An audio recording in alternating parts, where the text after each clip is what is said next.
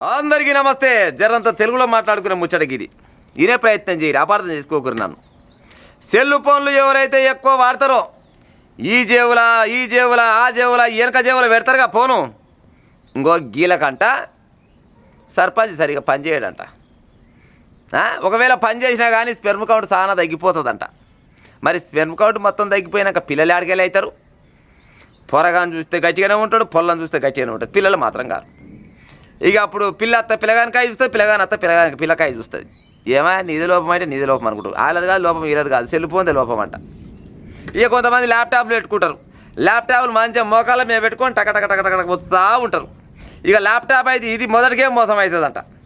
మా అమ్మగానే ఇగో ఇప్పటికే తినే తిండి, తాగే నీళ్లు, పీల్చే గాలి మొత్తం వాతావరణం మొత్తం కాలుష్యం అయిపోయింది.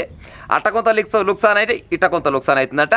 స్పెర్మ్ కౌంట్ చాలా తగ్గుతుందంట. మా అమ్మగానే జర సెల్ ఫోన్లను దూరం పెట్టే ఉపాయం చేయరు, లేకపోతే ఉత్త పుణ్యానికి రేపన్నాడు పెళ్లి చేసుకున్నాక పిల్లలు అయ్యే అవకాశం చాలా తక్కువ ఉందంట. నా మాట నమ్మే జర ఫోన్లు దూరం పెట్టుకునే ఉపాయం చేసుకోరు, తర్వాత మీ ఇష్టం మరి.